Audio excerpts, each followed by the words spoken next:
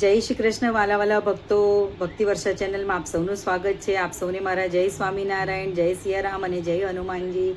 તો વાલા મિત્રો, ગયા ભાગમાં આપણે તુલસીદાસજી કૃત દોહા નંબર 13થી 16 સુધીમાં જે વિસ્તારથી જે કથા હું તમને કરી રહી છું, એ દોહાની વાલ્મીકી કૃત રામાયણ દ્વારા હું તમને સમજાવી રહી છું. એમાં ગયા ભાગમાં સીતા માતા હનુમાનજીને પૂછે છે કે નર અને વાનરની સંગતિ કેવી રીતે થઈ, એની બધી કથા કરી. અને પછી સીતાજી કહે છે કે તમે મને શ્રી રામના શરીરના ચિહ્નો મને બધા કહો કે શ્રી રામનું શરીર કેવું છે, એ કેવા દેખાય છે. હનુમાનજી પણ એ બધું કહે છે. અને નર અને વાનરની સંગતિ બધી કેવી રીતે થઈ. તો જેણે પણ મારો એપિસોડ ન સાંભળ્યો હોય તો એ આજના એપિસોડમાં કથા સાંભળવા પહેલાં એ ગયો ભાગ જરૂર સાંભળજો, નર વાનરની સંગતિ કેવી રીતે થઈ, જેથી તમને આગળની કથા સમજમાં આવે. તો હવે આપણે આગળની કથા શરૂઆત કરીએ. પણ મિત્રો, કથાની શરૂઆત કરવા પહેલાં આપ સૌને વિનંતી છે કે વિડીયોને લાઇક કરજો, શેર કરજો, કમેન્ટ કરજો. કમેન્ટમાં જય શ્રી રામ જરૂર લખજો ને ચેનલને સબસ્ક્રાઈબ કરજો. તો આપણે કથાની શરૂઆત કરીએ. હવે આજનું આપણું શીર્ષક છે કથાનું, હનુમાનજીએ સીતાજીને મુદ્રિકા આપવી. સીતાજીએ શ્રી રામ મારો ઉદ્ધાર ક્યારે કરશે એવું આતુરતાથી પૂછ્યું, તથા હનુમાનજીએ શ્રી રામના સીતા માટેના પ્રેમનું વર્ણન કરીને તેમને સાંત્વના આપી. એટલે હવે હનુમાનજી સીતા માતાજીને કહે છે કે મહર્ષિઓની પ્રેરણા દ્વારા કપિવર કેસરી દ્વારા યુદ્ધમાં શંભ સાંદન નામના અસુરના હણાઈ ગયા પછી મેં પવન દેવતા દ્વારા જન્મ લીધો. તેથી હે મૈથિલી, હું એ વાયુદેવ દેવતા જેવો જ પ્રભાવશાળી વાનર છું. ત્યાર પછી મહાતેજસ્વી પવનકુમાર હનુમાનજી સીતાજીને વિશ્વાસ આપવા માટે ફરીથી વિનયપૂર્વક આ વચનો બોલ્યા. હનુમાનજી કહે છે, હે મહાભાગે સીતાજી, હું પરમ બુદ્ધિમાન ભગવાન રામનો દૂત વાનર છું. હે દેવી, આ શ્રી રામ નામે અંકિત મુદ્રિકા છે, આ લઈને જુઓ. એટલે હનુમાનજી શ્રી રામ નામ અંકિત મુદ્રિકા સીતાજીને આપે છે. તમને વિશ્વાસ આપવા માટે હું આ મુદ્રિકા લઈ આવ્યો છું. મહાત્મા શ્રી રામચંદ્રજીએ પોતે આ વીંટી મારા હાથમાં આપી છે. તમારું કલ્યાણ થાઓ. હવે તમે ધીરજ રાખો. તમને જે દુઃખરૂપી ફળ મળી રહ્યું છે તે હવે સમાપ્ત થઈ રહ્યું છે. પતિના હાથને શોભાવનારી એ મુદ્રિકાને લઈને સીતાજી એને ધ્યાનથી જોવા લાગ્યા. તે સમયે જાનકીજીને એટલી પ્રસન્નતા થઈ જાણે સ્વયં શ્રી રામચંદ્રજી જ એમને મળી ગયા હોય. તેમનું લાલ, સફેદ અને વિશાળ નેત્રોથી યુક્ત મનોહર મુખ હર્ષથી ખીલી ઉઠ્યું, જાણે ચંદ્રમાં રાહુના ગ્રહણથી મુક્ત થઈ જાય એમ. તે શરમાળ વિદેહી કુમારી પ્રિયતમનો સંદેશ મળતા ઘણા પ્રસન્ન થયા. તેમના મનને ઘણો સંતોષ થયો. તેઓ મહાકપિ હનુમાનજીનો આદર કરીને તેમની પ્રશંસા કરવા લાગ્યા. સીતાજી કહે છે, હે વાનર શ્રેષ્ઠ, તમે મોટા પરાક્રમી, શક્તિશાળી અને બુદ્ધિમાન છો, કેમ કે તમે એકલા જ આ રાક્ષસ નગરીને ખૂંદી વળ્યા છો. તમે પોતાના પરાક્રમના કારણે પ્રશંસાને પાત્ર છો, કેમ કે તમે મગર વગેરે પ્રાણીઓથી ભરચક 100 યોજન વિસ્તારના મહાસાગરને ઓળંગતી વખતે તમે ગાયની પરખી જેવડો સમજ્યા છો, તેથી પ્રસન્નતાને પાત્ર છો. ગાયની પરખી એટલે જેવી રીતે જે ગાયનો પગ છે એના પગમાં જે નીચે કડક લાકડા જેવું હોય છે, ગાયના પગનું જેટલું ક્ષેત્રફળ હોય છે એટલા મતલબ માતાજી કહો કે તમે સમુદ્રને એ રીતથી ઓળંગી ગયા, ગાયની પરખી જેટલું. હે વાનર શિરોમણી, હું તમને કોઈ સાધારણ વાનર માનતી નથી, કેમ કે તમે રાવણ જેવા રાક્ષસનો પણ ન તો ભય છે કે ન તો ગભરામણ. હે કપિશ્રેષ્ઠ, જો તમે આત્મજ્ઞાની ભગવાન શ્રી રામે મોકલ્યા છે તો તમે અવશ્ય મારી સાથે વાતચીત કરવાની યોગ્યતા ધરાવો છો.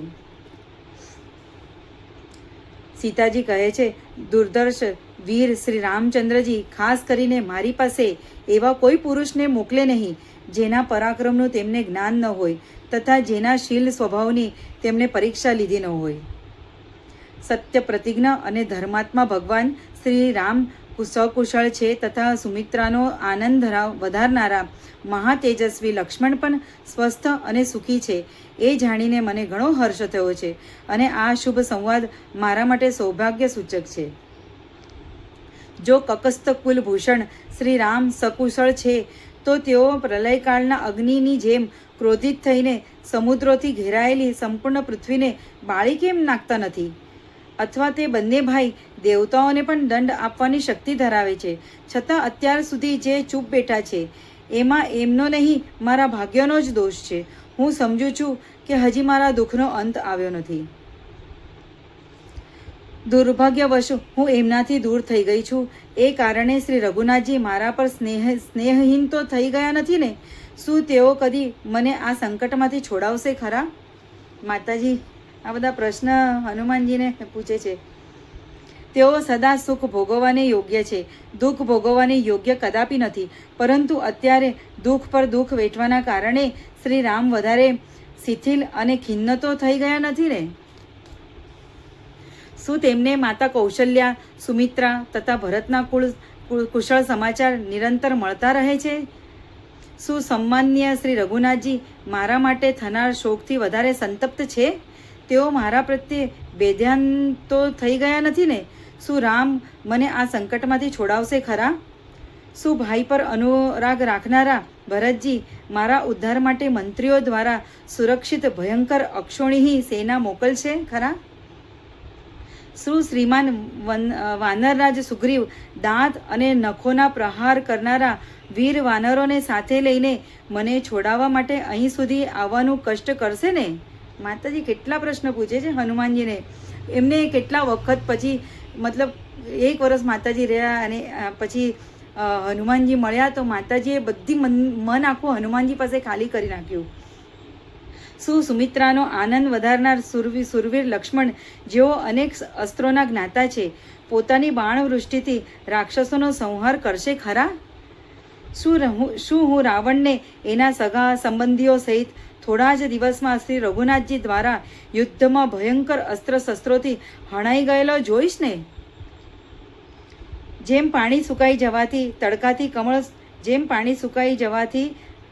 કમળ સુકાઈ જાય છે, એ જ રીતે મારા વિના શોકથી દુઃખી શ્રી રામનું એ સુવર્ણ જેવું કાંતિમાન અને કમળ જેવું સુગંધિત મુખ સુકાઈ તો ગયું નથી ને?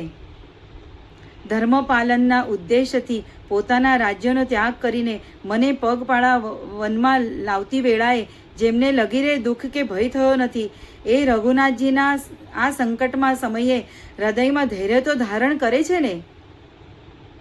દેવી સીતા વાનરશ્રેષ્ઠ હનુમાનને આ રીતે મહાન અર્થયુક્ત વચન કહીને શ્રી રઘુનાથજી સાથે સંબંધ રાખનારી એમની મનોહર વાણી ફરી સંભળાવવા માટે ચૂપ થઈ ગયા.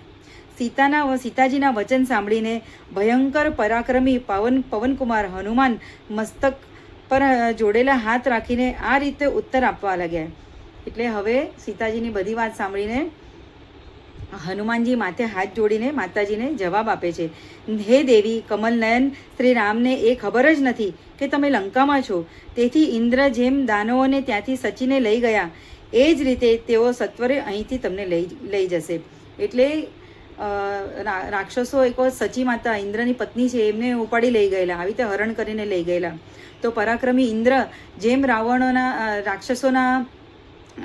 રાક્ષસોથી સચી માતાને છોડાવી લઈ આવ્યા, એવી રીતે શ્રી રામ પણ તમને આ બધા રાવણની લંકામાંથી તમને મુક્ત કરીને લઈ જશે. જ્યારે હું અહીંથી પાછો ત્યાં જઈશ, હવે હનુમાનજી કહે છે, જ્યારે હું અહીંથી પાછો જઈશ ત્યારે મારી વાત સાંભળતા જ શ્રી રઘુનાથજી વાનર રીછોની વિશાળ સેના લઈને તરત ત્યાંથી નીકળી જશે. કકુસ્તકુલ ભૂષણ શ્રી રામ પોતાના બાણો દ્વારા અક્ષોભ્ય મહાસાગરને પણ સ્તબ્ધ કરીને એના પર સેતુ બાંધીને લંકાપુરીમાં પહોંચી જશે અને એને રાક્ષસો વિહીન કરી દેશે.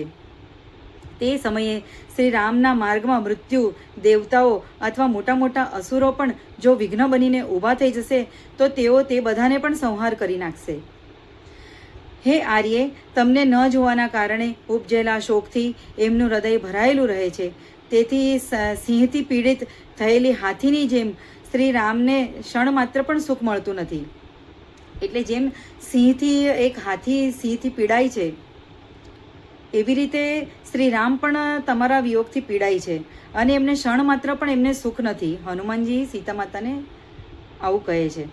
હે દેવી, મંદર વગેરે પર્વતો અમારા નિવાસ સ્થાન છે અને ફળ, મૂળ ભોજન છે.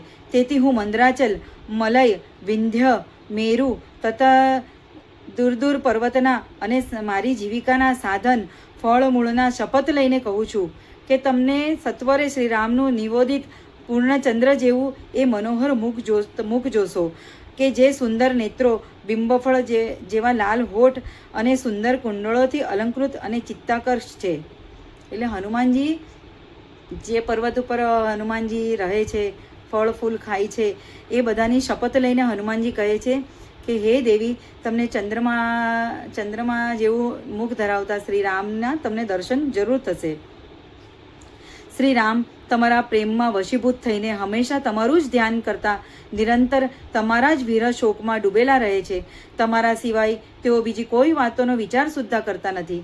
નર શ્રેષ્ઠ શ્રી રામને તમારી ચિંતાના કારણે કદી નિંદ્રા આવતી જ નથી.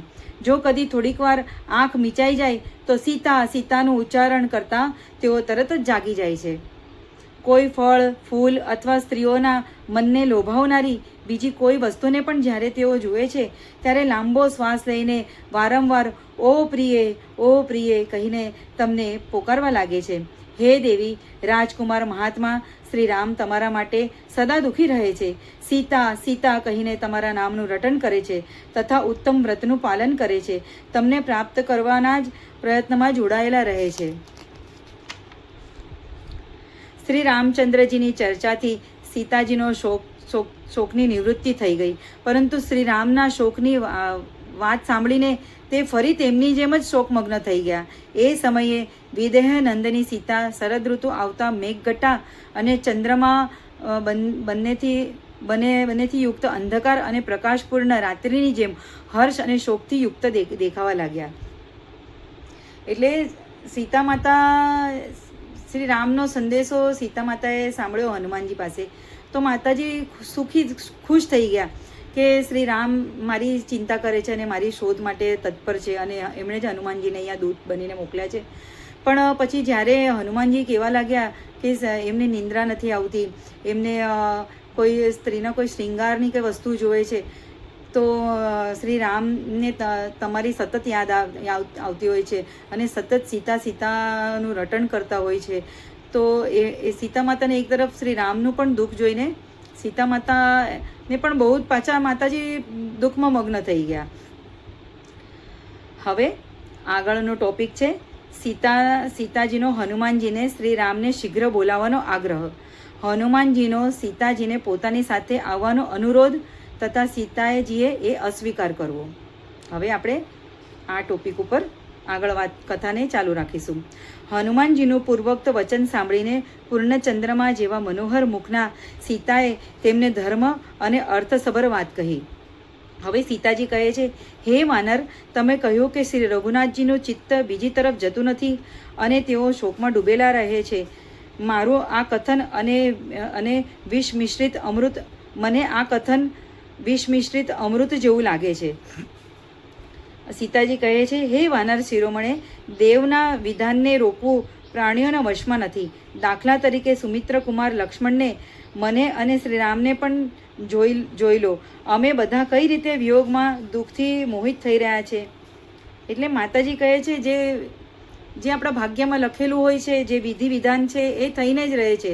માતાજી સ્વયં કહે છે કે તમે અમને જ જોઈ લો, કે શ્રી રામને જોઈ લો, કે લક્ષ્મણને જોઈ લો, કે અમારા ભાગ્યમાં જે લખાયેલું છે વિધિથી, એ વિયોગના દુઃખથી અમે મોહિત થઈ રહ્યા છે. સીતાજી કહે છે, સમુદ્રમાં નૌકા નષ્ટ થઈ જતાં પોતાના હાથ વડે તરનારા પરાક્રમી પુરુષની જેમ રઘુનાથજી કઈ રીતે આ શોક સાગરને પાર કરશે. રાક્ષસોનો વધ, સીતાજી કહે છે, રાક્ષસોનો વધ, રાવણનો સંહાર અને લંકાપુરીનો વિધ્વંસ કરીને મારા પતિદેવ ક્યારે મને લઈ જશે. સીતાજી કહે છે, વાનર, આ 10મો મહિનો ચાલી રહ્યો છે. હવે વર્ષ પૂરું થવામાં 2 જ મહિના બાકી છે. નિર્દય રાવણે મારા જીવન માટે જે અવધિ નિશ્ચિત કરી છે, એમાં આટલો જ સમય બાકી રહ્યો છે. એટલે રાવણે સીતા માતાને 2 મહિનાની અવધિ આપેલી ને હવે સીતા માતાજીને ચિંતા થાય છે. માતાજી હનુમાનજીને કહે છે કે આ વર્ષ તો હવે પૂરું થવા આવ્યું, એમાં 2 જ મહિના બાકી છે, અને હવે રાવણે મને 2 માસની અવધિ આપી છે, તો આ છેલ્લા 2 મહિનામાં જો શ્રી રામ ક્યારે આવશે આ 2 મહિનામાં? હવે સીતાજી કહે છે, રાવણના ભાઈ વિભીષણે મને શ્રી રામને સોંપી દેવા માટે રાવણને બહુ વિનંતી કરી હતી, પરંતુ તે તેમની વાત માનતો જ નથી. સીતાજી કહે છે, મને પાછી આપવી એ રાવણને રચતું નથી, કેમ કે એ કાળને આધીન થઈ ગયો છે અને યુદ્ધમાં મૃત્યુ એને શોધી રહ્યું છે. સીતાજી કહે છે, હે કપે, વિભીષણની જ્યેષ્ઠ પુત્રીનું નામ કલા છે. એની માતાએ એને મારી પાસે મોકલી હતી. તેણે આ બધી વાત મને કહી છે. એટલે વિભીષણની જ્યેષ્ઠ પુત્રીનું નામ હતું કલા, અને વિભીષણની પત્નીએ એમની દીકરી કલાને સીતાજી પાસે મોકલી, અને એ કલાએ બધી સીતા માતાને વાત કરી કે મારા પિતા વિભીષણ મારા પિતા વિભીષણ રાવણને વારંવાર સમજાવે છે કે તમે સીતાજીને શ્રી રામને સોંપી દો, પણ એ કંઈ માનવા તૈયાર જ નથી. હવે સીતાજી કહે છે, અવિંધ્ય નામનો એક શ્રેષ્ઠ રાક્ષસ છે, જે બહુ બુદ્ધિમાન, વિદ્વાન, ધીર, સુશીલ, વૃદ્ધ તથા રાવણનો સન્માન પાત્ર છે. એણે રાવણને એવું કહ્યું હતું કે શ્રી રામના હાથે રાક્ષસોના વિનાશનો સમય આવી પહોંચ્યો છે. મને પાછી આપવા માટે તેને સમજાવ્યો હતો, પરંતુ એ દુષ્ટાત્મા તેની હિતકારક વાતને પણ સાંભળતો નથી. એટલે અવિંધ્ય નામનો એક રાક્ષસ રાવણના રાજ્યમાં રહે છે. એણે પણ રાવણને સમજાવ્યો કે રાક્ષસોના વિનાશનો હવે સમય થઈ ગયો છે, તું સીતા માતાને તું સોંપી દે, નહીંતર આ તારા રાક્ષસ કુળનો નાશ થઈ જશે. પણ એ રાવણ કંઈ સમજવા તૈયાર જ નથી. હે કપિશ્રેષ્ઠ, મને તો એવી આશા છે કે મારા પતિદેવ મને તરત જ આવીને મળશે, કેમ કે મારો અંતરાત્મા શુદ્ધ છે અને શ્રી રઘુનાથજીમાં ઘણા ગુણ છે. હે વાનર, શ્રી રામચંદ્રજીમાં ઉત્સાહ, પુરુષાર્થ, બળ, દયાપણું, કૃતજ્ઞતા, પરાક્રમ અને પ્રભાવ વગેરે બધા ગુણો વિદ્યમાન છે. જેમણે જનસ્થાનમાં પોતાના ભાઈની સહાયતા લીધા વિના જ 14,000 રાક્ષસોને સંહાર કરી નાખ્યો, એમનાથી કયો શત્રુ ભયભીત નહીં થાય? શ્રી રામચંદ્રજી પુરુષોમાં શ્રેષ્ઠ છે. તેઓ સંકટોથી વિચલિત થાય તે સંભવ નથી. જેમ સચી ઇન્દ્રના પ્રભાવને જાણે છે, એ જ રીતે હું શ્રી રઘુનાથજીના શક્તિ સામર્થ્યને સારી પેઠે જાણું છું. સીતાજી કહે છે, હે કપિવર, સુરવીર ભગવાન શ્રી રામચંદ્ર સૂર્ય જેવા છે. તેમના બાણો જ તેમના કિરણો છે. તેઓ તેમના દ્વારા શત્રુ સમા રાક્ષસરૂપી જળને શીઘ્ર શોષી લેશે. આટલું બોલતા બોલતા સીતાજીના મુખ પર આંસુઓની ધારા વહી ચાલી. તેઓ શ્રી રામચંદ્રજીના શોકથી વ્યતીત થઈ રહ્યા હતા. ત્યારે કપિવર હનુમાનજીએ તેમને કહ્યું. હવે હનુમાનજી કહે છે, હે દેવી, તમે ધીરજ ધારણ કરો. તમારા વચનો સાંભળતા જ રઘુનાથજી વાનર રીછોની વિશાળ સેના લઈને શીઘ્ર અહીં આવવા પ્રસ્થાન કરશે. હનુમાનજી કહે છે, અથવા હું હમણાં તમને રાક્ષસોના દુઃખમાંથી છુટકારો અપાવી દઈશ. હે સતી સાધ્વી દેવી, તમે મારી પીઠ પર બેસી જાઓ. હનુમાનજી કહે છે, તમને પીઠ પર બેસાડીને હું સમુદ્ર ઓળંગી જઈશ. મારામાં રાવણ સહિત સમગ્ર લંકાને પણ ઉપાડીને લઈ જવાની શક્તિ છે. હે મિથિલેશ કુમારી, શ્રી રઘુનાથજી પ્રસવણગીરી પર રહે છે. હું આજે જ તમને એમની પાસે હે મિથિલેશ કુમારી, શ્રી રઘુનાથજી પ્રસવણગીરી પર્વત પર રહે છે. હું આજે જ તમને એમની પાસે પહોંચાડી દઈશ, જેમ અગ્નિદેવ હવન કરેલા હવિષ્યને ઇન્દ્રની સેવામાં લઈ જાય છે. હે વિદેહ નંદની, દૈત્યોના વધ માટે ઉત્સાહ રાખનારા ભગવાન વિષ્ણુની જેમ રાક્ષસોના સંહાર માટે તત્પર થયેલા શ્રી રામ અને લક્ષ્મણના તમે આજે જ દર્શન કરશો. એટલે હનુમાનજી કહે છે, હું તમને હમણાં જ, તમે મારા પીઠ પર બેસી જાઓ, હમણાં જ હું તમને લઈ જાઉં અને તમને શ્રી રામ અને લક્ષ્મણના દર્શન થશે. તમારા દર્શનનો ઉત્સાહ મનમાં રાખીને મહાબલી શ્રી રામ પર્વત શિખર પર પોતાના આશ્રમમાં એ રીતે બેઠા છે, જેમ દેવરાજ ઇન્દ્ર ગજરાજ ઐરાવતની પીઠ પર વિરાજમાન થાય છે. હે દેવી, તમે મારી પીઠ પર બેસો. હે શોભને, મારા કથનની ઉપેક્ષા ન કરો. ચંદ્રમાને મળનારી રોહિણીની જેમ તમે શ્રી રામચંદ્રને મળવાનો નિશ્ચય કરી લો. મારે ભગવાન શ્રી રામને મળવું છે એટલું કહેતા તમે મારી પીઠ પર બેસી જાઓ અને આકાશ માર્ગે જ મહાસાગરને પાર કરો. એટલે હનુમાનજી કહે છે કે તમે એમ કહો કે કહી દો કે મારે શ્રી રામને મળવું છે અને તરત જ મારી પીઠ પર બેસી જાઓ અને મહાસાગરને તમે પાર કરો. હે કલ્યાણી, હું તમને લઈને જ્યારે અહીંથી જઈશ એ સમયે સગળા લંકાવાસીઓ મળીને પણ મારો પીછો કરી શકશે નહીં. હનુમાનજી કહે છે, હે વિદેહ નંદિની, જે રીતે હું આવ્યો છું એ જ રીતે તમને લઈને આકાશ માર્ગે ચાલ્યો જઈશ, એમાં શંકા નથી. તમે મારું પરાક્રમ જુઓ. વાનર શ્રેષ્ઠ હનુમાનજીના મુખેથી આ અદ્ભુત વચન સાંભળીને મિથિલેશ કુમારી સીતાજીના આખા શરીરમાં હર્ષ અને વિસ્મયના કારણે રોમાંચ થઈ આવ્યો. તેમણે હનુમાનજીને કહ્યું, હવે સીતાજી કહે છે, હે વાનર યુથપતિ હનુમાન, તમે આટલા દૂરના રસ્તે મને કઈ રીતે લઈ જવા ઈચ્છો છો? તમારા આ દુસ્સાહસને હું વાનરોચિત ચંચળતા જ માનું છું. માતાજી કહે છે, આ તમારો ચંચળ સ્વભાવ છે જે તમે મને લઈ જવા ઈચ્છો છો.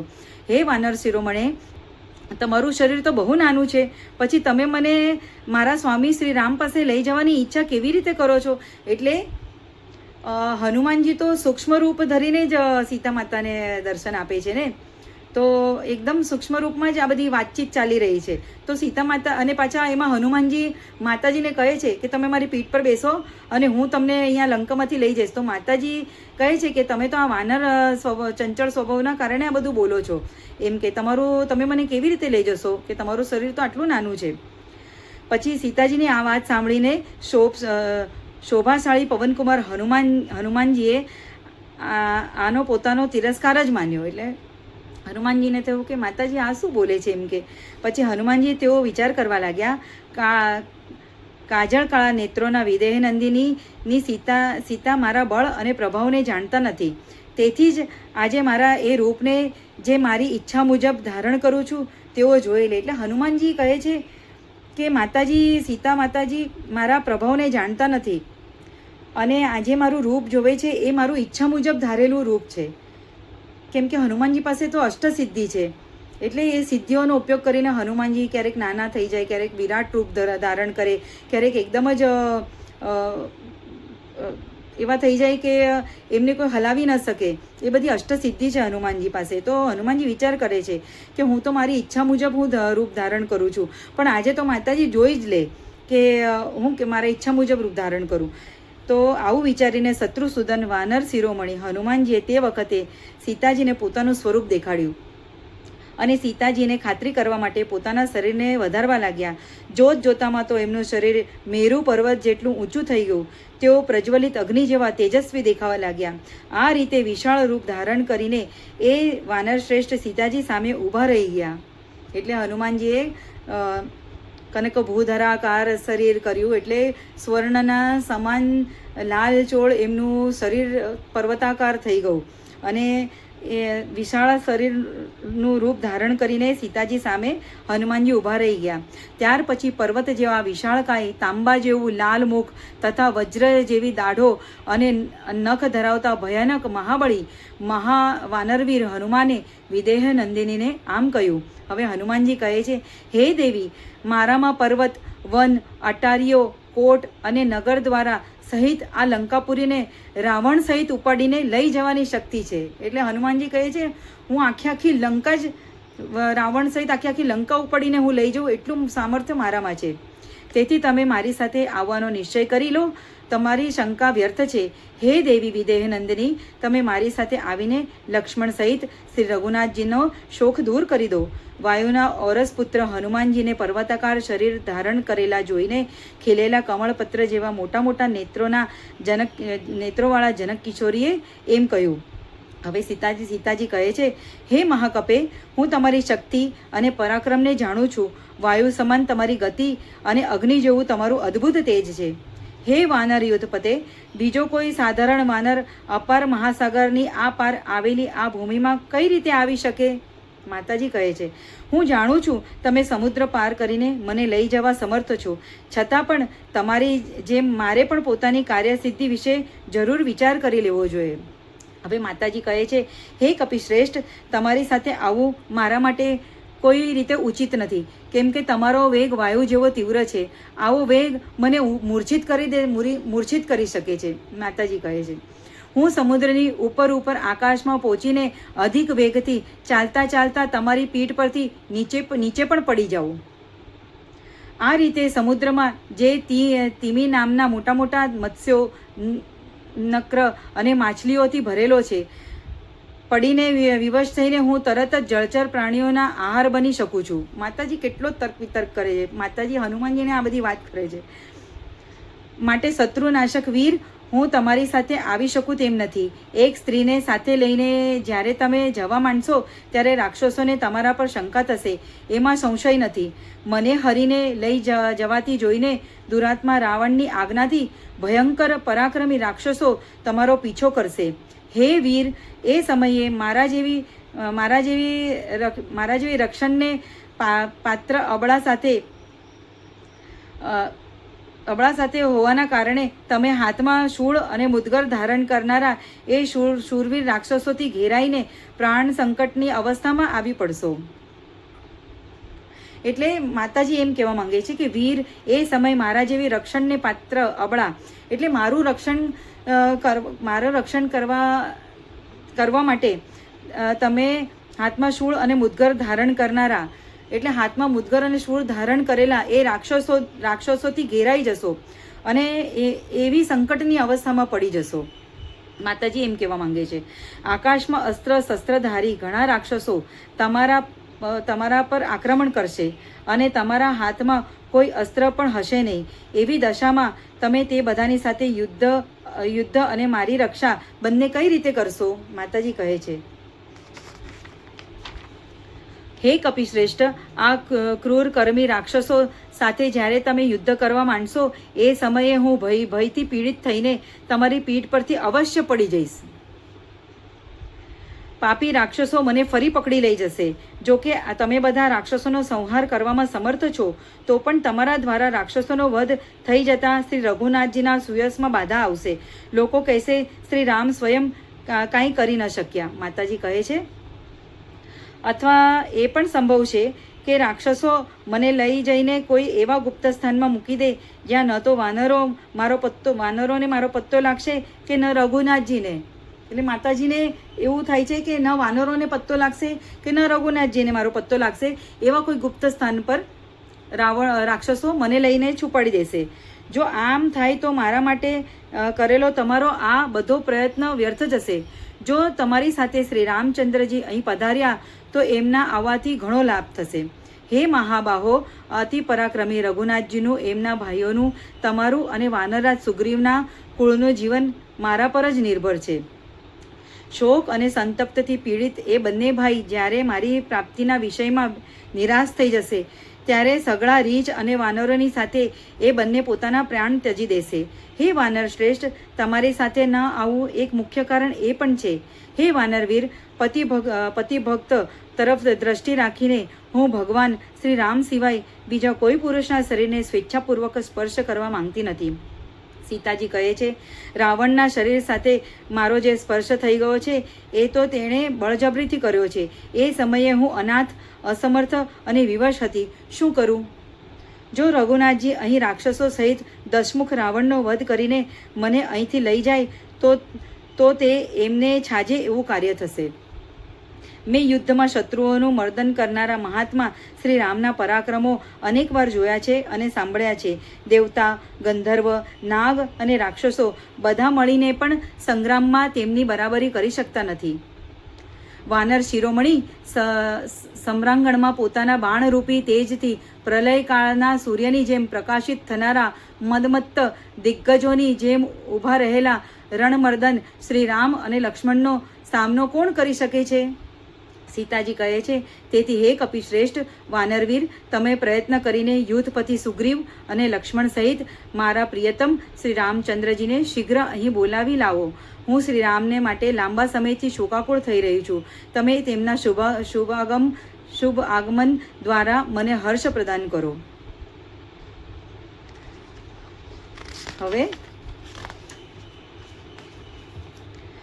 હવે સીતાજીએ હનુમાનજીને ઓળખ રૂપે ચિત્રકૂટ પર બનેલો કાગડાનો પ્રસંગ કહેવો. ભગવાન શ્રી રામને શીઘ્ર બોલાવી લાવવા માટે અનુરોધ કરવો અને ચૂડામણી આપવો. એટલે હવે સીતાજી હવે સીતાજી પોતાનો સંદેશો શ્રી રામજીને કહે છે. આ એટલા માટે જરૂરી છે કે કારણ આ બધી માતાજી એટલા માટે વાત કરે છે કે હનુમાનજી જ્યારે શ્રી રામને મળે ત્યારે એમને વિશ્વાસ થઈ જાય કે હનુમાનજી બરાબર સીતા માતાજીને જ મળ્યા છે, એટલે માતાજી હવે આ બધો પ્રસંગ કહેશે. સીતાજીની આ વાત સાંભળીને હનુમાનજીને બહુ પ્રસન્નતા થઈ. તેઓ વાતચીતમાં કુશળ હતા. તેમણે ઉપરની વાતો સાંભળીને સીતાજીને કહ્યું, હે દેવી, તમારી વાત એકદમ યોગ્ય અને યુક્તિસંગત છે. શુભ દર્શને તમારી આ વાત નારી સ્વભાવને અને પતિવ્રતાઓની વિનયશીલતાને અનુરૂપ છે. હે જનકનંદિની, તમે જે બીજું કારણ જણાવતા એમ કહ્યું કે મારા માટે શ્રી રામચંદ્રજી સિવાય બીજા કોઈ પુરુષનો સ્વેચ્છાપૂર્વક સ્પર્શ કરવો યોગ્ય નથી, એ વાત પણ આપોને જ છાજે એવી છે. હે દેવી, મહાત્મા શ્રી રામના ધર્મપત્નીના મુખેથી આવી વાત જ નીકળી શકે છે. તમારા સિવાય બીજા કઈ સ્ત્રી આવી વાત કરી શકે નહીં. હે દેવી, મારી સામે તમે જે પવિત્ર ચેષ્ટાઓ કરી અને જેવી ઉત્તમ વાતો કહી છે એ બધી પૂર્ણરૂપે શ્રી રામચંદ્રજી મારે મોઢે સાંભળશે. હે દેવી, મેં જે તમને મારી સાથે લઈ જવાનો આગ્રહ કર્યો એના ઘણા કારણો છે. એક તો હું શ્રી રામચંદ્રજીનું શીઘ્ર પ્રિય કરવા ઈચ્છતો હતો, તેથી સ્નેહપૂર્વક હૃદયથી જ મેં આ વાત કહી હતી. એટલે હનુમાનજી જલ્દી શ્રી રામનું દુઃખ દૂર થાય એ હેતુથી જ હનુમાનજીએ સીતા માતાને કહ્યું કે તમે મારી પીઠ પર બેસી જાઓ. પછી હનુમાનજી કહે છે, બીજું કારણ એ છે કે લંકામાં પ્રવેશ કરવો દરેક માટે અઘરો છે. ત્રીજું કારણ છે મહાસાગરને પાર કરવાની કઠણાઈ છે. આ બધા કારણોથી તથા મારામાં તમને લઈ જવાની શક્તિ હોવાથી મેં આવો પ્રસ્તાવ રજૂ કર્યો હતો. હનુમાનજી કહે છે, પરંતુ સતી સાધ્વી દેવી, જો તમારો મારી સાથે આવવાનો ઉત્સાહ નથી તો તમે તમારી ઓળખ માટેની કોઈ વસ્તુ મને આપો, જેથી શ્રી રામચંદ્રજી જાણી શકે કે મેં તમારા દર્શન કર્યા છે. હનુમાનજીના આમ કહેવાથી દેવકન્યા જેવા તેજસ્વીની સીતા ધીરે આમ બોલ્યા, હે વાનર શ્રેષ્ઠ, તમે મારા પ્રિયતમને ખાતરી કરવા માટેની ઓળખ રૂપે આ ઉત્તમ વાત કહેજો. નાથ, ચિત્રકૂટ પર્વતના ઉત્તર પૂર્વમાં છેડા પર જે મંદાકિની નદીની નજીક છે, જ્યાં ફળ ફૂલ અને જળ વિપુલ પ્રમાણ માત્રામાં છે, એ સિદ્ધો દ્વારા સેવાયેલા પ્રદેશમાં તાપસ આશ્રમમાં જ્યારે હું નિવાસ કરતી હતી તે દરમિયાન વિવિધ પ્રકારના ફૂલોની સુવાસિત એ આશ્રમમાં ઉપવનોમાં જળવિહાર કરીને તમે ભીના કપડે આવીને મારા ખોળામાં બેસી ગયા. એટલે હવે સીતા માતા આમને હનુમાનજીને કહે છે કે તમે શ્રી રામને એક પ્રસંગ સંભળાવજો કે જ્યાં આપણે ચિત્રકૂટમાં આપણે નિવાસ કરતા હતા એ બધી ખૂબ જ સુંદર એ રમણીય ક્ષેત્ર હતું અને તે દરમિયાન તમે જળવિહાર કરીને ભીના કપડે આવીને મારા ખોળામાં માથું મૂકીને સૂઈ ગયા. ત્યાર પછી માંસની લાલસાથી આવેલો એક કાગડો મને ચાંચ મારવા લાગ્યો. મેં ઠેકું ઉપાડીને એને આઘો કરવાનો પ્રયાસ કર્યો, પરંતુ મને વારંવાર ચાંચ મારીને એ કાગડો ત્યાં જ ક્યાંક છુપાઈ ગયો અને બલીભોજ કાગડો ખાવાની ઈચ્છાથી મારું માંસ લીધા વિના પાછો વળતો નહોતો. હું એ પક્ષીથી બહુ ક્રોધિત હતી. એ પ્રસંગ તમને યાદ હશે. તમે ત્યાં બેઠા હતા. હું એ કાગડાની પજવણીથી ત્રાસી ગઈ હતી, તેથી થાકીને તમારા પાસે આવીને બેઠી. તે સમયે હું બહુ ક્રોધિત હતી અને તમે મને શાંતિ થાય એવી સાંત્વના આપી. હવે પછી એ કાગડો વારંવાર માતાજીને હેરાન કરી રહ્યો હતો. તે એક વખત શ્રી રામ માતાજીના ખોળામાં માથું મૂકીને આમ સૂતા હતા. તે સમયે તે કાગડો ફરી ત્યાં આવ્યો અને એણે વારંવાર આવીને મને ખૂબ ઘાયલ કરી અને મારા શરીરમાંથી લોહી નીકળવા માંડ્યું. એના કારણે શ્રી રામચંદ્રજીની નિંદ્રા તૂટી ગઈ અને તેઓ જાગીને ખોળામાંથી બેઠા થઈ ગયા અને મારી છાતીમાં ઘા થયેલો જોઈને મહાબાહુ રામે ક્રોધિત થઈ ગયેલા કાગડાને ફૂફાડા મારતા વિષધર સર્પની જેમ જોરથી શ્વાસ લેતા રહીને બોલ્યા, છાતીમાં ઘા કોણે કર્યા? કોણે એટલે શ્રી રામે સીતા માતાને પૂછ્યું કે ક્રોધે ભરાઈને કે તમારી છાતીમાં ઘા કોણે કર્યા? કોણ રોષે ભરાયેલા 5 મુખાળા સર્પની સાથે રમત રમી રહ્યું છે. એટલે શ્રી રામ ક્રોધે ભરાઈને કહે છે કે કોણ 5 મુખવાળા સાપના સામે રમત રમે છે. આટલું કહીને તેમણે જ્યારે આજુબાજુ નજર નાખી ત્યારે પેલા કાગડાને જોયો, જે મારા તરફ મોઢું કરીને બેઠો હતો. તેના તીક્ષ્ણ પંજા લોહીથી રંગાઈ ગયા હતા. એટલે એણે કેટલી માતાજીને ચાંચ મારી હશે. હવે તમે વિચાર તો કરો, એ માતા કેટલા પતિવ્રતા કે શ્રી રામ પોતાના ખોળામાં માથું મૂકીને સૂતા છે અને ઓલો કાગડો વારંવાર માતાજીને આવીને પગ પર ચાંચ મારે છે. અને છેલ્લે તો એણે માતાજીને છાતી ઉપર ચાંચ મારી અને માતાજીના છાતી અને પગ લોહી નીકળવા માંડ્યું. માતાજી રામ ભગવાનને ઉઠાડ્યા નહીં કે તમે જાગો એમ કરીને મને કાગડો હેરાન કરે છે. પણ પછી શ્રી રામ જ્યારે ઉઠ્યા અને એમને લોહી નીકળતું જોયું ત્યારે ક્રોધે ભરાયા અને માતાજીને પૂછ્યું કે તને આવી રીતે કોણે તને છાતીમાં ચાંચ મારી. અને ક્રોધે ભરાયેલા રામચંદ્રજીએ તે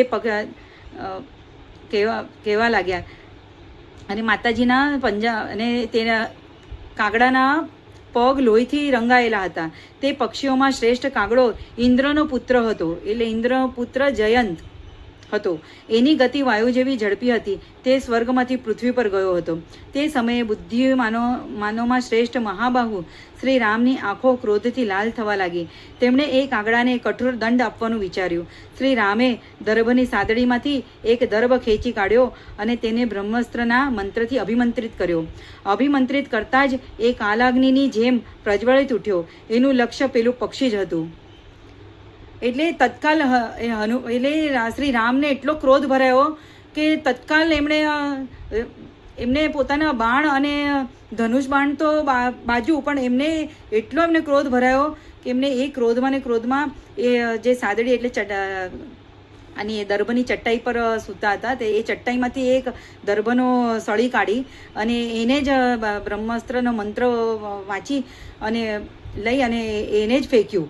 એટલે એ બ્રહ્માસ્ત્ર જ થઈ ગયું અને કાલાગ્નિની જેમ પ્રજ્વળી ઉઠ્યું અને પોતાનું એનું લક્ષ્ય હતું પક્ષી. હવે એ બ્રહ્માસ્ત્ર તો પોતાનું લક્ષ્ય સાધવા વગર પાછું આવે નહીં. એટલે શ્રી રઘુનાથજીએ પ્રજ્વલિત દર્ભ પેલા કાગડા પાછળ છોડ્યો. પછી તો તે આકાશમાં એનો પીછો કરવા લાગ્યો. પેલો કાગડો અનેક પ્રકારની ઉડાનો ભરતો પોતાના પ્રાણ બચાવવા માટે આ સંપૂર્ણ જગતમાં ભાગતો ફર્યો, પરંતુ એ બાણે ક્યાંય તેનો પીછો ન છોડ્યો. એના પિતા ઇન્દ્ર અને સમસ્ત શ્રેષ્ઠ મહર્ષિઓ પણ તેનો ત્યાગ કરી દીધો. એટલે એ જયંત એ કાગડાના રૂપે હતો. જે જયંત એ પોતાના પિત્ર ઇન્દ્ર પાસે ગયો અને મહર્ષિ ઋષિઓ પાસે ગયો, પણ એ રામના દંડથી કોણ બચાવી શકે? રામ જે છૂટેલું બ્રહ્માસ્ત્ર છે એનાથી કોણ બચાવી શકે? એટલે એ લોકોએ પણ એનો ત્યાગ કરી દીધો અને તે ફરી ભગવાન શ્રી રામના શરણમાં ગયો. શ્રી રઘુનાથજી શરણાગત વત્સલ છે. તેમના શરણે આવીને એ જ્યારે પૃથ્વી પર પડી ગયો ત્યારે એમને તેના પર દયા આવી ગઈ. તેથી વધ કરવા યોગ્ય હોવા છતાં તે કાગડાને તેમણે માર્યો નહીં પણ ઉગાર્યો. એની શક્તિ ક્ષીણ થઈ ચૂકી હતી અને તે ઉદાસ થઈને તેમના સામે પડ્યો હતો. આ સ્થિતિમાં તેમની સામે જોઈ ભગવાન શ્રી રામે કહ્યું, બ્રહ્માસ્ત્રને તો વ્યર્થ કરી શકાય નહીં, તેથી જણાવ કે આના દ્વારા તારું કયું અંગ કાપી શકાય? એટલે બ્રહ્માસ્ત્ર તો અચૂક બાણ છે. એ એક વખત એનું સંધાન થયું પછી એનું લક્ષ્ય એ પૂરું કરી શકે. હવે જયંતની માફી માંગવા પર શ્રી રામ કહે છે કે હવે તું જ કે તને શું દંડ મળે? એમ કે તારું મૃત્યુ તો નહીં થાય, પણ તારું કયું ને કયું અંગ તો ભંગ કરવું જ પડશે આ બ્રહ્માસ્ત્રથી. તો તું જ બોલ કે તારું કયું અંગ કાપી શકાય? પછી એની સંમતિ અનુસાર શ્રી રામે એ અસ્ત્રથી એ કાગડાની એક આંખ નષ્ટ કરી દીધી. એટલે એને પણ એની ભૂલ થઈ અને એને પણ વિચાર આવ્યો કે મારાથી જે ભૂલ થઈ છે એનો એ જ અપરાધ છે અને જે આંખેથી આ સીતા માતાને જોયા એ દુષ્ટ મારી આંખોને જ તમે નષ્ટ કરી દો. આ રીતે આંખ આપીને એને પોતાના પ્રાણ બચાવી શક્યો. હે કપિશ્રેષ્ઠ, તમે મારા સ્વામીને જઈને કહેજો કે હે પ્રાણનાથ, હે પૃથ્વીપતે, તમે મારા માટે એક સાધારણ અપરાધ કરનારા કાગડા ઉપર પણ બ્રહ્માસ્ત્રનો પ્રયોગ કર્યો હતો, તો પછી તમારી પાસેથી મને જે હરીને લઈ આવ્યો છે તેને તમે કઈ રીતે ક્ષમા કરી રહ્યા છો? એક કાગડાએ માતાને આટલો ત્રાસ આપ્યો તો એક સળીથી બ્રહ્માસ્ત્ર રૂપે એને છોડ્યો તો તમે મને આટલો રાવણ મને અહીંયા હરી લાવ્યો છે, તો તમે કેમ એને ક્ષમા કરી રહ્યા છો? હે નરશ્રેષ્ઠ, મારા ઉપર અત્યંત ઉત્સાહપૂર્વક કૃપા કરો. હે પ્રાણનાથ, જે સદા તમારાથી સનાથ છે, તે સીતા આજે અનાથ જેવી દેખાય છે. તમે અસીમ છો, તમે કોઈ શુબ્ધ કે પરાજિત કરી શકે તમને કોઈ શુબ્ધ કે પરાજિત કરી શકે એમ નથી. તમે ગંભીરતામાં સમુદ્ર જેવા છો, સમુદ્ર સુધીની સંપૂર્ણ પૃથ્વીના સ્વામી છો તથા ઇન્દ્ર જેવા તેજસ્વી છો. હું તમારા પ્રભાવને જાણું છું. હે રઘુનંદન, આ રીતે અસ્ત્રવેત્તાઓમાં શ્રેષ્ઠ, બળવાન અને શક્તિશાળી હોવા છતાં પણ તમે રાક્ષસો પર પોતાના અસ્ત્રોનો પ્રયોગ કેમ નથી કરતા? હે પવનકુમાર, નાગ, ગંધર્વ, દેવતા અને મરુદગણ કોઈ પણ યુદ્ધભૂમિમાં શ્રી રામજીનો વેગ સહી શકતા નથી. તે પરમ પરાક્રમી શ્રી રામના હૃદયમાં જો મારા માટે થોડું દુઃખ છે, તો તેઓ પોતાના તીક્ષ્ણ સાયકો દ્વારા આ રાક્ષસોનો સંહાર કેમ કરી નાખતા નથી? માતાજી હનુમાનજીને ફરી પાછા પ્રશ્ન પૂછે છે કે શ્રી રામ આ રાવણને કેમ નથી મારતા? ખરેખર મારા જ કોઈ પાપોનો ઉદય થયો છે, જેથી એ બંને શત્રુસૂદન વીર મારો ઉદ્ધાર કરવામાં સમર્થ હોવા છતાં પણ મારા પર કૃપા દ્રષ્ટિ કરતા નથી. દેવી, હવે હનુમાનજી કહે છે, વિધેય કુમારી સીતાએ આંસુ સરતા જ્યારે આવી કરુણાજનક વાત કહી, ત્યારે એ સાંભળીને વાનર યુદ્ધપતિ મહાતેજસ્વી હનુમાનજી આમ બોલ્યા. હનુમાનજી કહે છે, હે દેવી, હું સત્યના સોગંદ ખાઈને તમને કહું છું કે શ્રી રામચંદ્રજી તમારા વીર શોકથી પીડિત થઈને અન્ય બધા કાર્યોથી વિમુખ થઈ ગયા છે. માત્ર તમારું જ ચિંતન કરતા રહે છે. શ્રી રામના દુઃખી થવાથી લક્ષ્મણ પણ સદા દુઃખી રહે છે. કોઈક રીતે તમારા દર્શન થઈ ગયા. હવે શોક કરવાનો સમય નથી. હે શોભને, આ જ ઘડીથી તમે તમારા દુઃખોના અંતની શરૂઆત જોઈ શકો છો. હવે હનુમાનજી કહે છે, હે વિશાળ લોચને, રઘુનાથજી સમરાંગણમાં ક્રૂરતા પ્રગટ કરનારા રાવણને તેના બંધુ બાંધવો સહિત હણીને તમને પોતાની નગરીમાં અયોધ્યામાં લઈ જશે. હવે ભગવાન શ્રી રામ, મહાબળી લક્ષ્મણ, તેજસ્વી સુગ્રીવ તથા ત્યાં એકઠા થયેલા વાનરો માટે તમારે જે કાંઈ કહેવું હોય તે કહો. હવે ત્યાર પછી સીતાજી કહે છે, ત્યાર પછી વિશાળ ભૂમંડળમાં પણ જે પ્રાપ્ત થવા અઘરા છે એવા ઉત્તમ ઐશ્વર્ય, જાત જાતના આભૂષણો, સઘળા પ્રકારના રત્નો તથા મનોહર સુંદર સ્ત્રીઓને પણ પરિત્યાગ કરીને પિતા માતાને સન્માનિત અને રાજી કરીને જેઓ શ્રી રામચંદ્રજીની સાથે વનમાં આવ્યા,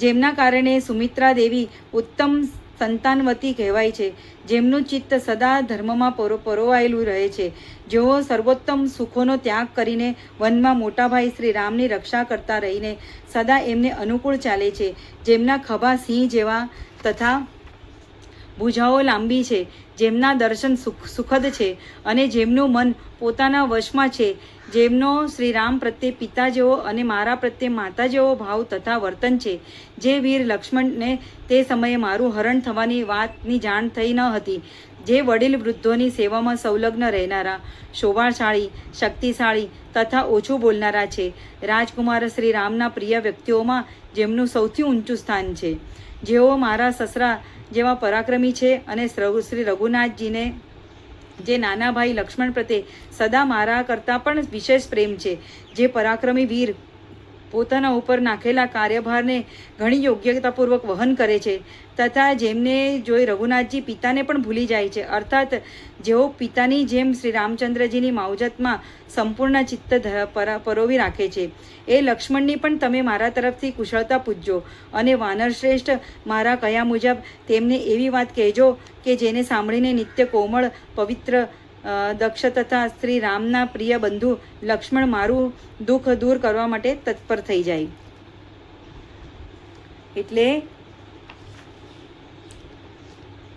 એટલે શ્રી રામ ભૂમંડળમાં જે પ્રાપ્ત થવું અઘરું છે એવા ઉત્તમ ઐશ્વર્યવાળા શ્રી રામ, મનોહર સુંદર સ્ત્રીઓને પણ પરિત્યાગ કરનારા, એટલે શ્રી રામ એક પત્નીવ્રતાધારી હતા અને પિતા માતાને સન્માન દેનારા શ્રી રામની માતાજી શ્રી રામ માટે કહે છે. અને પછી સુમિત્રા નંદન શ્રી લક્ષ્મણજીનું વર્ણન કરે છે. એવા પ્રિય લક્ષ્મણ જે સતત શ્રી રામની સેવામાં તત્પર રહે છે, અને શ્રી રામને પણ એવા પ્રિય લક્ષ્મણ ખૂબ જ પ્રિય છે. એવા લક્ષ્મણને એવું માતાજી કહે છે કે તથા શ્રી રામના પ્રિય બંધુ લક્ષ્મણ મારું દુઃખ દૂર કરવા માટે તત્પર થઈ જાય. હનુમાનજીને આ બધી પ્રાર્થના કરે છે. પછી શ્રી હનુમાનજી કહે છે, સીતાજી કહે છે, વાનર યુદ્ધ પતે વધારે શું કહું, જે રીતે આ કાર્ય સિદ્ધ થઈ શકે એ જ ઉપાય તમારે કરવો જોઈએ. આ વિષયમાં તમે જ પ્રમાણ છો. આનો સંપૂર્ણ ભાર તમારા ઉપર જ છે. તમારા પ્રોત્સાહનથી જ શ્રી રઘુનાથજી મારા ઉદ્ધાર માટે પ્રયત્નશીલ થઈ શકશે. સીતાજી કહે છે, તમે મારા સ્વામી શૂરવીર ભગવાન શ્રી રામને વારંવાર કહેજો, હે દશરથ નંદન, મારા જીવિત રહેવા માટેનો જે સમય નક્કી છે, મતલબ જે 2 મહિના માટેની અવધિ નક્કી છે, તેમાંથી જે બાકી છે તેટલા જ સમય સુધી હું જીવન ટકાવી રાખીશ. એ બાકીના 2 મહિના પછી હું જીવતી નહીં રહી શકું. એટલે જે 2 મહિના મને આપ્યા છે એટલા જ સુધી હું જીવિત રહીશ, અને એ પછી જો મોડું થશે તો હું મારા જીવનનો ત્યાગ કરી દઈશ. એ બાકીના 2 મહિના પછી હું જીવતી રહી શકું તેમ નથી. આ હું તમને સત્યના સોગંદ ખાઈને કહી શકું છું.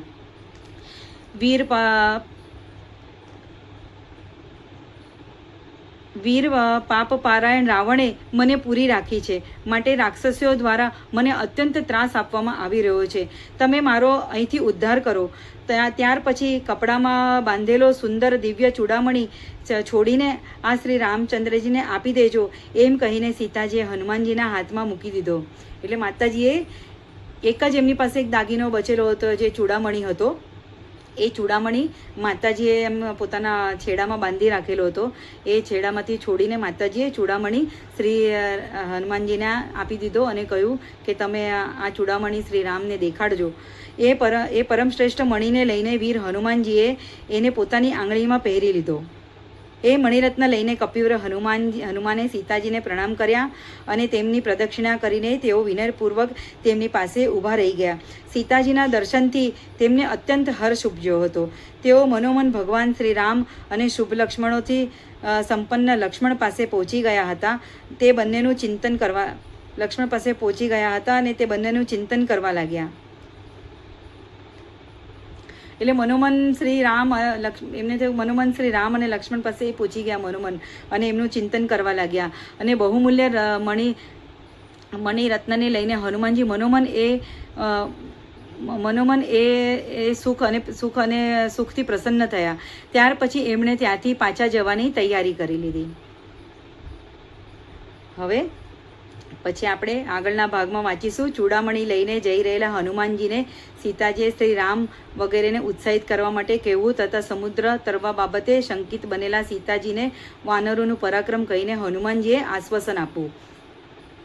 હવે આ ભાગ પછી આપણે તુલસીદાસજી કૃત રામચરિત માનસના સુંદરકાંડના આપણે દોહા નંબર 17થી આપણે કથા કરીશું.